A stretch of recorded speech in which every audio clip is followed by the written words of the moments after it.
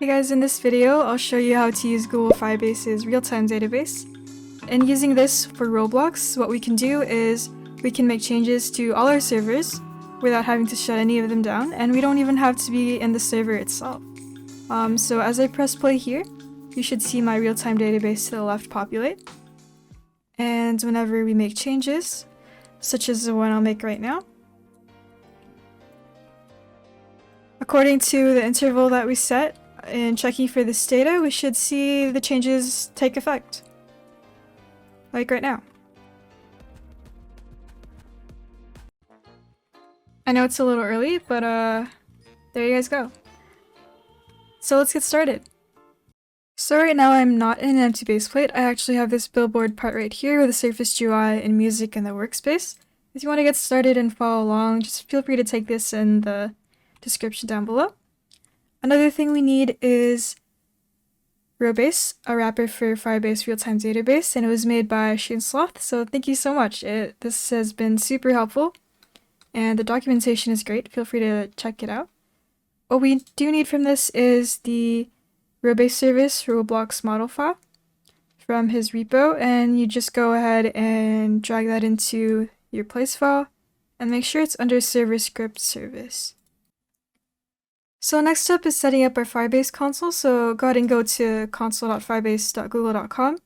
And before we actually start, I'm actually going to talk a little bit more about Firebase if you're unfamiliar with it. It's a backend as a service made by Google, and it's a NoSQL database program. So it stores data in JSON-like documents, and they have a bunch of products which are used by a ton of developers. And some main ones are real-time database, which we'll be using, which syncs data across clients in real time. It also has authentication, as well as hosting, and it helps with notifications. It's also available on different platforms like Android, iOS, web, Unity. It also supports C++. Alright, let's go back to our console and add a project. So go ahead and name it however you'd like. And it's up to you if you want to enable analytics. It shouldn't take too long to create it. Once that's done, it'll take you to your project overview. Go ahead and go to under Build Real-Time Database. Then click Create Database. Go ahead and choose the database location that's closest to you, and it's okay to start in locked mode. Once that's done, it'll take you to this screen. Let me tell you guys a little bit more about pricing though. Is Firebase free? Yep, but only to a point. If you look at the bottom left corner, you'll see that you're on the free Spark plan. If you click upgrade, you'll see exactly what the free plan includes. A lot of the products are made available, like analytics and notifications, but they're limited. If you go to full plan details and we scroll down all the way to real-time database, we'll see that we can have a total of 100 connections at the same time, 1 GB of data stored, and 10 GB downloaded per month. Now, I think that's a decent amount, but our data usage can easily get out of hand if we're not careful, so it's best not to use it in excess. If we go back to our real-time database page, we should see our database URL right here in the middle. Go ahead and copy and paste it into a text file or a script within Studio. And we're not going to use this for very long. We don't want to have the URL or the key in plain sight anywhere in a game. We're just going to save it to DataStore. So now that I've got the URL, now we need the key, and we get that by going to Project Overview, click on the gear icon to the right, click Project Settings, and go to Service Accounts. Under Legacy Credentials, click on Database Secrets, and you should see our database right here, along with a secret. Go ahead and press Show and copy that secret. Now that we have that secret and the URL, we can now save it to DataStore. I will have a snippet for you guys in the description, so you don't have to type anything out. So this is the snippet I have in the description. For this first line, we're using regular Roblox DataStore, and we're getting a DataStore name secret. You can name it whatever you want, but that's what I set for it.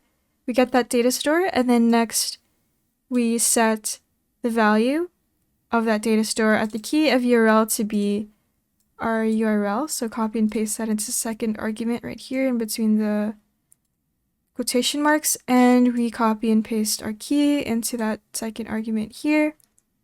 After we copy and paste this into our command bar, we should be able to see there's no errors in the output, and so we know we should be all set. We can safely delete this script right here, and so we have no traces in the game. Now we finally get to talk about the actual code. So create a script in the server script service, or use the script that you had just used, of course, without that sensitive info in there. So here's our script with all folds collapsed. As always, we have our variables up top. Our 3 functions are for applying settings that we retrieve from the database, initializing those settings in case our database is yet to be populated, and continuously checking our database for changes. Our first line of code here requires the Robase service module. This is the module that we took from Shane's repo earlier. Next, we set a variable for our DataStore where we stored our auth and URL keys. My DataStore name was secret, but if yours is different, be sure to change this part.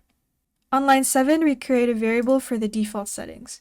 If the server settings key doesn't exist in our database, this is the value it'll be set to.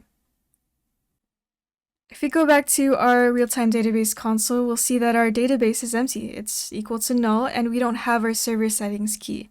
So this is a scenario in which we would want to populate it using our default settings right here.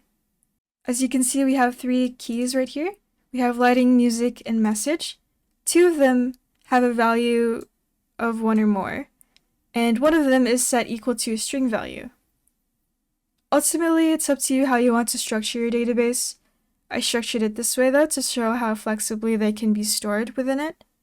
So for the purpose of this demo, we're changing the time of day as well as the lighting, and that's all related to lighting. And then we're changing our current song. I just put it inside of music. And then we're changing the message that will appear here on our Surface GUI. Next, we create a new Robase service object, and this is what helps us access our Firebase. The first argument is our URL from the DataStore, and the second is the authentication key, auth, from our DataStore as well.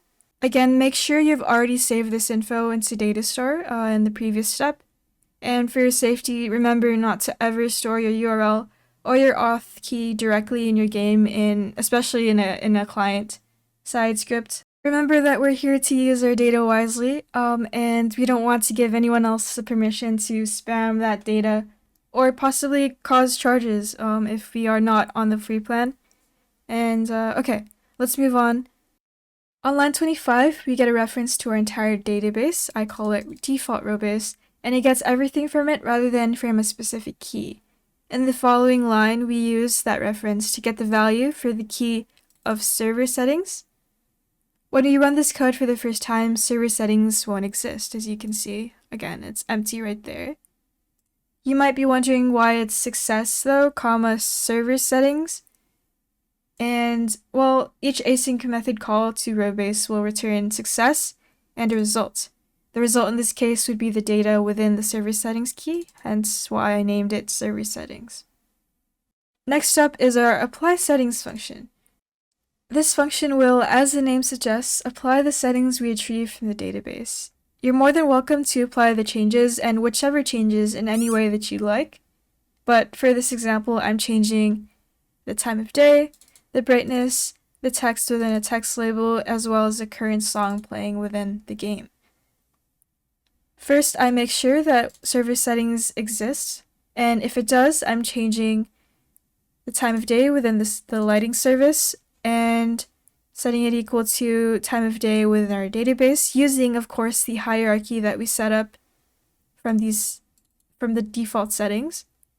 And we do, a pretty similar process for everything else, setting the brightness within our lighting, setting the text within our text label, and setting the sound ID of our music object right here to be our current song.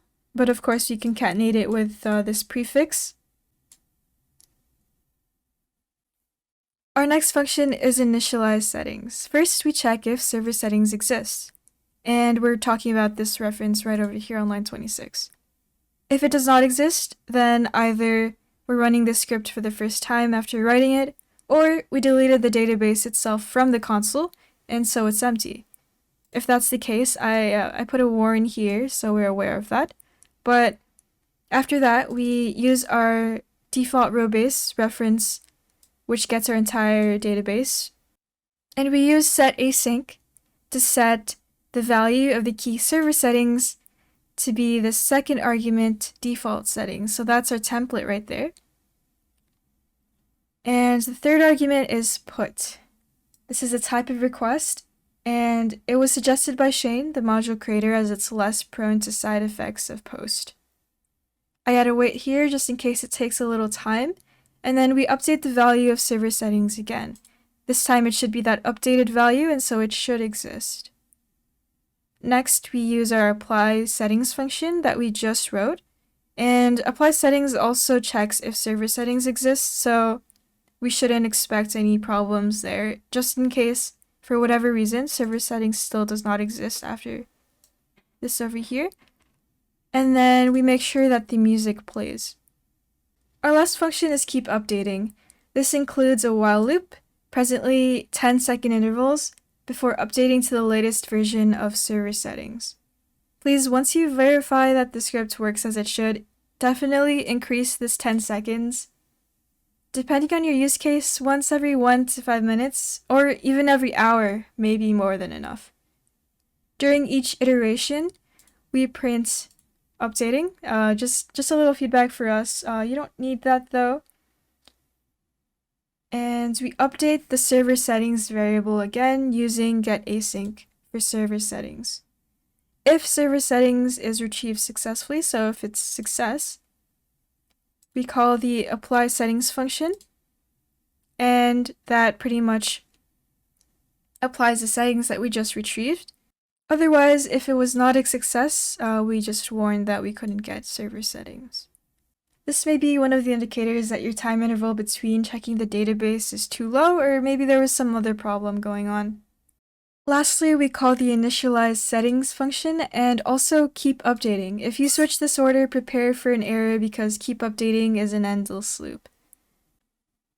That's about it. Congratulations, you made it through this tutorial and you can go ahead and put your name right there. Thanks for following along and I hope that helped.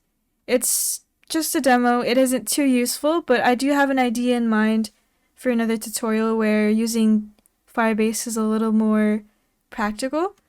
Stay tuned for that, and please feel free to let me know of any feedback you have for me. I'm always open to that, and please leave a comment if you're having trouble. I'm definitely trying to catch up on my comments, and be sure to help you guys out.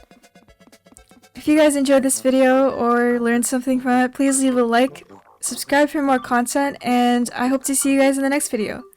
Bye for now.